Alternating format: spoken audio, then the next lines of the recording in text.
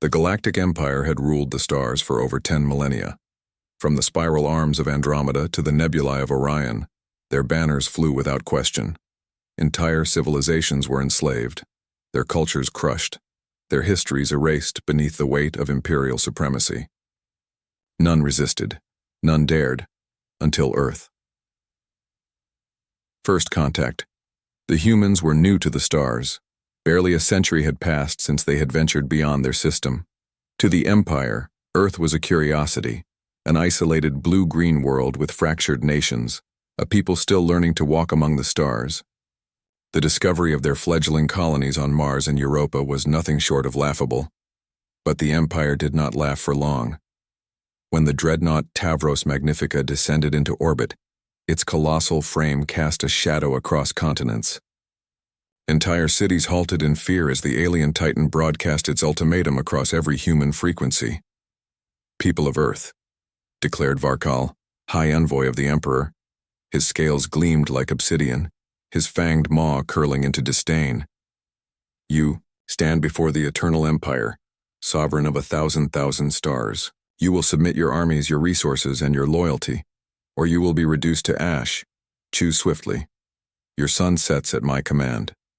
For a moment, silence gripped the world. Billions stared upward in horror.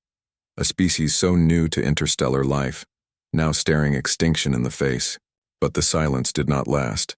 Humanity's response. The United Terran Council convened within hours.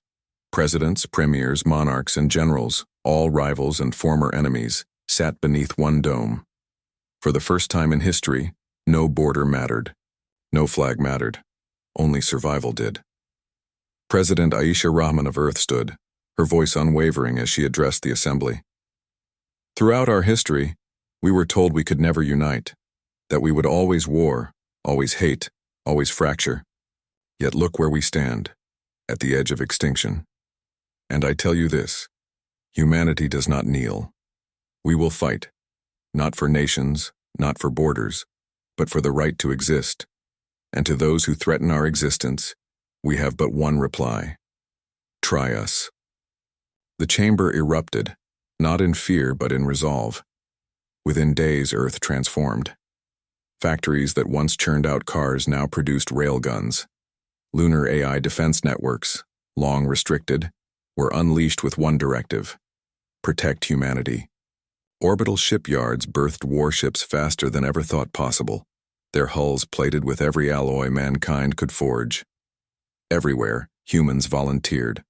Farmers, engineers, miners, entire generations signed their names not as citizens of nations, but as defenders of humanity. The first skirmish, the Empire expected swift victory. 10 cruisers advanced into the asteroid belt to crush a handful of Terran frigates. It should have been effortless.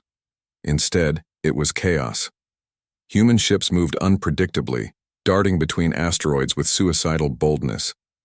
They jammed Imperial comms, overclocked their engines to deadly levels, and even converted mining charges into improvised warheads. One frigate deliberately rammed a cruiser, detonating its reactor and tearing through enemy ranks. When the battle ended, 6 Imperial cruisers drifted in ruin. Humanity's 3 frigates limped away battered but alive. The galaxy watched in shock. No one had ever bloodied the Empire so quickly. Imperial Rage Admiral Sorik slammed his claws against the holotable as reports came in. His reptilian eyes burned with fury. "They are primitives, they should have bent knee," he roared. "And yet they fight like predators, reckless, adaptive, dangerous. They will learn despair." Varkal sneered, his voice dripping with contempt.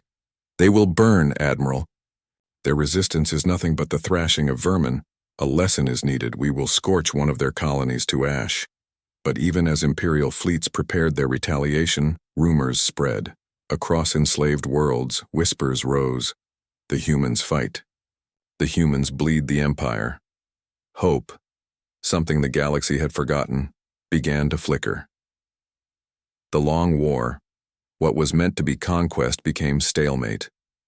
On Mars, human guerrillas fought Imperial occupation forces tooth and nail, using tunnels, explosives, and sheer grit to drive them back. On Europa, Scientists weaponized cryogenic storms, freezing entire regiments of invaders.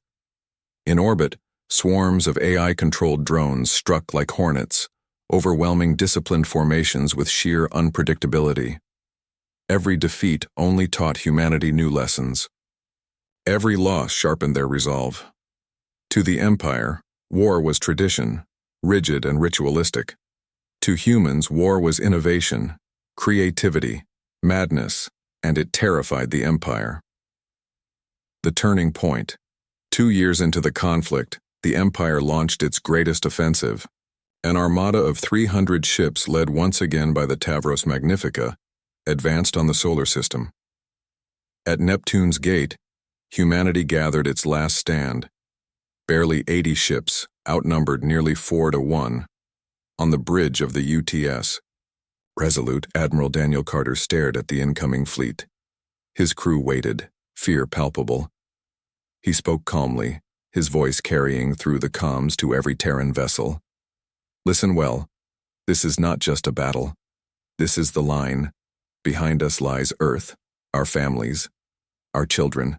If we fall, we lose everything. But if we hold, the galaxy will remember that humanity stood against the impossible. So fight not as soldiers of nations, but as soldiers of Earth. A chorus of voices responded across the fleet. For Earth. The stern ultimatum. Before the first shot was fired, humanity sent a transmission to the Imperials. President Raman herself appeared, her voice steady, her eyes burning with defiance. This is our home. You came with threats, with chains, with fire. And yet here we stand, unbroken. You want Earth? You'll find her teeth sharp. You'll find her children unyielding. You'll find her heart unbreakable. So hear our ultimatum. Leave, or we will make you leave. The message echoed across the stars. Billions of enslaved species listened. The galaxy held its breath. Neptune's inferno. The Imperials advanced in perfect formation. Humanity unleashed chaos. From Neptune's rings emerged thousands of hidden drones, magnetic shrouds masking their presence. They detonated in a storm of shrapnel, shredding shields, scrambling sensors. Human ships darted in and out, striking crippled cruisers before vanishing into the debris. The Tavros Magnifica pressed forward, its cannons annihilating swathes of drones. But in its arrogance, it strayed too far. From a mining station retrofitted in secret, humanity revealed its last gamble. The solar spear, a railgun so massive it stretched kilometers across. Its magnetic coils screamed as they unleashed a single slug, accelerated to unimaginable speed.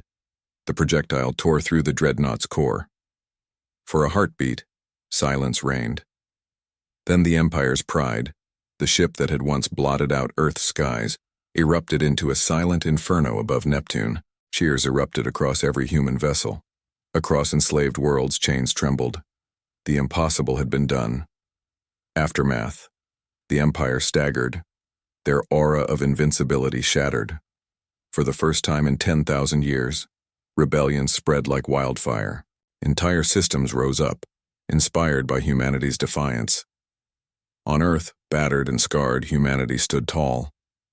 The cost had been terrible. Billions dead, cities reduced to rubble, colonies starved. But their will endured. In a broadcast sent across the stars, President Raman declared, "Humanity does not seek empire. We seek freedom. To all who are enslaved, to all who fear, to all who doubt, rise, stand, fight. The age of submission is over. The age of humanity has begun." The galaxy roared in reply. Epilogue years later, when historians, both human and alien, spoke of the fall of the Galactic Empire, they always began at Neptune's gate. They spoke of a small, defiant world that refused to kneel. They spoke of a people who fought with chaos, with courage, with relentless will. And above all, they spoke of the ultimatum that changed the galaxy forever, because humanity had not asked politely. They had not begged. They had spoken their truth with iron in their voices. Leave, or we will make you leave. And the galaxy had listened.